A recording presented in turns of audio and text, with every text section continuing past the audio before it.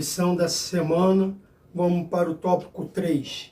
Crucificado, morto, mas ressurreto.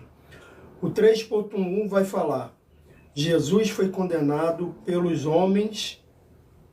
Como foi possível condenar alguém à morte apenas por falar de amor, pregar contra a hipocrisia religiosa e de se autorrevelar como Deus encarnado? Os homens do tempo de Jesus fizeram isso com ele. Parece-nos que, enquanto cego em relação às coisas de Deus, faríamos a mesma maldade. A condenação de Jesus foi sórdida, falsa e covarde. Os líderes religiosos, após praticarem toda perversidade contra Jesus, foram celebrar a Páscoa no Templo de Jerusalém, como se nada tivesse acontecido. Lucas 23, 54. Que Deus guarde o seu e o meu coração, de não sermos achados na mesma condição de algozes de pessoas ainda que pensemos estar fazendo a vontade de Deus. João 16, 1, 2 e Mateus 21, 33 a 46. A vontade de Deus não comunga com a farsa, a maldade e a injustiça. Que o nosso coração seja o lugar do bem, do amor e da justiça. Irmão, Jesus aqui ele foi condenado porque os religiosos daquela época, eles não queriam perder o seu poder. Infelizmente, existem muitas dessas pessoas hoje em dia ainda, que são religiosos, que não querem perder o seu poder, não querem perder a fama. Porque o poder, ele é muito mais forte do que o próprio dinheiro. Sim, porque o poder, ele te traz uma fama, ele te levanta, ele te leva a algum lugar. O dinheiro, pessoas endinheiradas, muitas das vezes a gente fala, não tem punição, mas o poder, ela te leva a algum lugar que muitas das vezes a pessoa mais endinheirada não vai chegar. Certa vez eu vi um relato de uma ex-atriz que disse que quando ela trabalhava, ela era famosa, ela não poderia ir num restaurante que ela não conseguia pagar a sua refeição.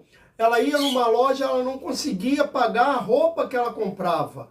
Por quê? Por causa da sua fama. Ela tinha dinheiro, mas ela não conseguia comprar sossegadamente porque as pessoas falavam, não, só tira uma foto. Você tirando uma foto, colocando ali, o nosso restaurante enche, a nossa loja enche. Você não precisa pagar nada. E ela disse que se sentia incomodada com aquilo, porque a vontade dela era trabalhar, desde nova, ganhar o seu dinheiro e comprar o que ela queria. Comer o que ela queria, mas ela queria pagar por aquilo. Eu sei que tem muita gente que gosta, que quando chega ao poder, adora chegar ao poder, porque o poder sobe a cabeça. Então nós temos que tomar muito cuidado com isso. Não deixe o poder subir a cabeça, não. Porque o poder, ele te levanta, mas ele te deixa, com a altivez, ele te deixa com o nariz muito em pé. Cuidado com isso. Os religiosos aqui não queriam. Condenaram Jesus injustamente, sem ter nada para condená-lo. Inventaram uma farsa e depois de conseguir o que eles queriam, ainda foram comemorar. É isso que os poderosos fazem. Os poderosos fazem isso. Eles conseguem fazer uma farsa para pegar alguém e depois ainda vai comemorar uma falsa vitória. Porque foi o poder dele que trouxe aquela vitória, e não a sua luta. Não a dignidade, não a verdade. Não deixe o poder subir a sua cabeça, não. Porque senão você vai estar fazendo maldade com pessoas que às vezes nem com pessoas inocentes, que não deveria nem estar passando pelo que passa. Se você é um desses, revise a sua vida. Volte atrás, se conserte com o Senhor e peça para que Ele te ajude. Então não deixe o poder subir a cabeça, não. Porque aqui o que fez aqueles religiosos matarem Jesus foi a ganância pelo poder. Eles tinham medo que Jesus tirasse o seu poder.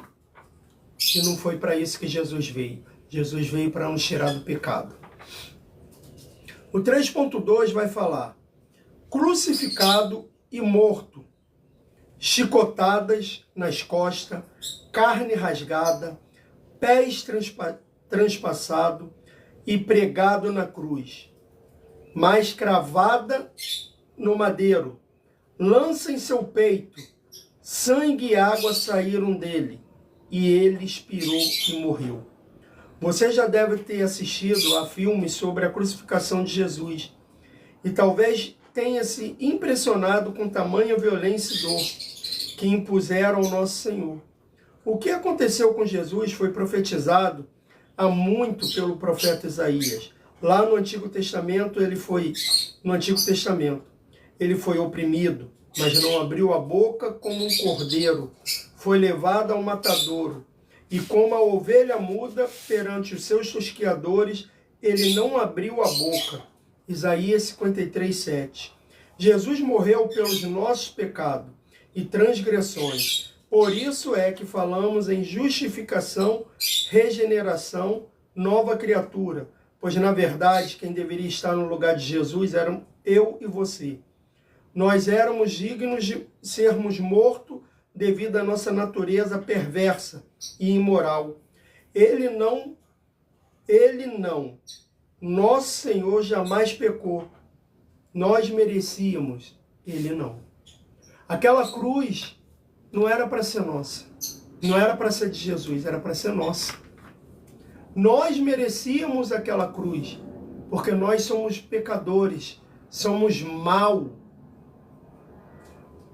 Quando nós aceitamos Jesus, não é querer dizer que deixamos de ser, que somos um santinho. Não, não é isso. O apóstolo Paulo mesmo fala: o bem que eu quero fazer eu não faço, mas o mal que eu não quero eu faço. Não é isso. É porque a gente vai começar a se tornar uma pessoa melhor. Aquilo que não agrada a Deus, a gente vai conseguir identificar e vai começar a tirar. A gente vai falar: opa, é aqui que eu tenho que melhorar.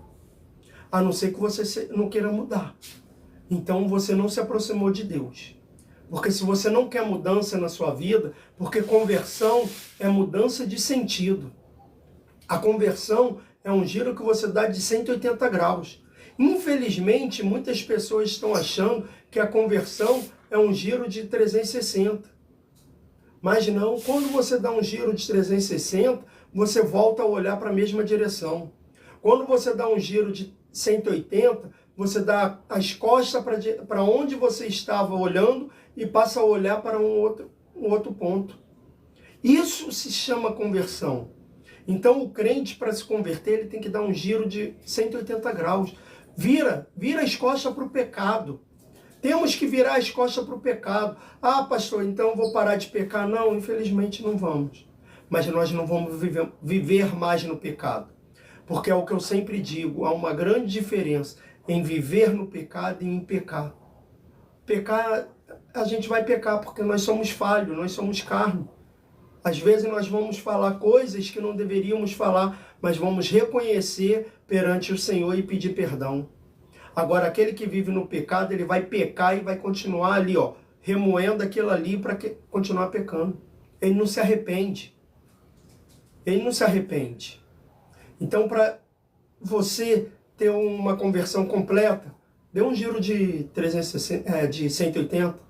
Não deu de 360, não. Porque senão você continua olhando para a mesma direção. O 3.3 vai falar: Jesus ressuscitou no terceiro dia e ascendeu ao céu. Quando Nosso Senhor foi crucificado e morto, os discípulos desanimaram-se. O que eles poderiam fazer? O mestre havia morrido. Nosso Senhor, porém, havia falado que ressuscitaria no terceiro dia. Mateus 16, 21, 17, 23 e Lucas 24, 46. As Escrituras testemunham que ele ressuscitou no terceiro dia. E não somente isso, pois ele também apareceu aos discípulos e a mais de 500 irmãos, dentre os quais alguns ainda viviam na época em que o apóstolo Paulo escreveu a sua primeira carta à igreja de Corintos. 1 Coríntios 15, 3, 8. A doutrina da ressurreição é cerne da fé. É o cerne da fé cristã. O apóstolo Paulo disse que se não há ressurreição de mortos, também Cristo não ressuscitou. E se Cristo não ressuscitou, logo é vã a nossa pregação, e também é vã a vossa fé. Em outras palavras, a nossa pregação é a nossa fé no Evangelho não valeria de nada se a ressurreição de Cristo não fosse verdade. Cristo ascendeu ao céu e hoje se encontra à direita do Pai, conforme as Escrituras. Atos 1, 9 a 11 e Marcos 16, 19. Mais um dia ele voltará.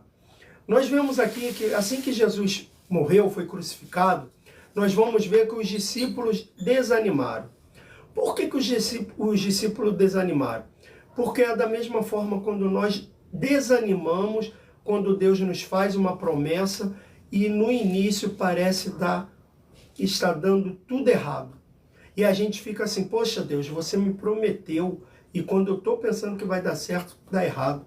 Acontece algo que eu não consigo alcançar a bênção que Deus prometeu para mim. Mas calma, Jesus ele morreu e disse, ressuscitarei no terceiro dia. Então calma, se Deus te fez uma promessa e a promessa ainda não aconteceu, aconteceu alguma coisa pelo meio do caminho, na caminhada, lembre-se, Jesus ressuscitou no terceiro dia. Se ele ressuscitou no terceiro dia, então saiba que a sua promessa vai acontecer. É só você continuar no caminho. Não desvia não, continua. As lutas vão vir, luta. Não saia, não fuja dela. Continue em frente. Vai sabendo que Jesus já está contigo. Porque quando vem essas lutas, muitas das vezes, essas lutas, ao meio, a bênção que você está indo em direção, é para te moldar. É para te ensinar a poder lidar com a bênção quando ela estiver na sua mão. Então não se entristeça não. Levante a cabeça.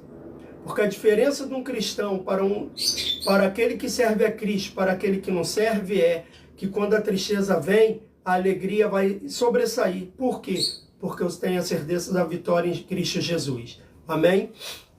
A conclusão dessa lição vai falar: cremos em Jesus Cristo, seu Filho unigênito, nosso Senhor, o qual foi concebido pelo Espírito Santo, nasceu da Virgem Maria, padeceu sob o poder de Pôncio Pilatos, foi crucificado, morto e sepultado, desceu ao mundo dos mortos, ressuscitou no terceiro dia.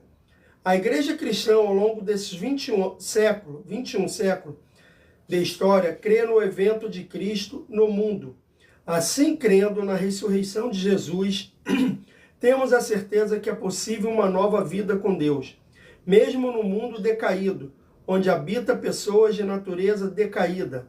Fomos alcançados pela graça de Deus, o seu favor de salvação imerecido por nós, a partir da crucificação, morte e ressurreição de Jesus, como o apóstolo Paulo nós podemos dizer: tragada foi a morte na vitória.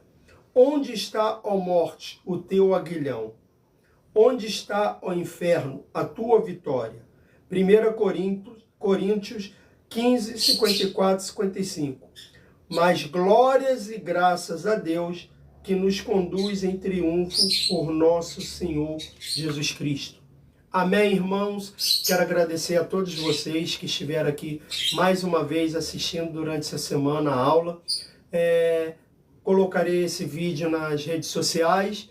Se você não conseguiu pegar do início, vá lá que estará lá nas redes sociais de sua preferência, e que você seja muito abençoado por Deus e que Deus lhe dê um ótimo dia e que o Senhor venha abençoar a vida de cada um de vocês nessa manhã. Deus abençoe.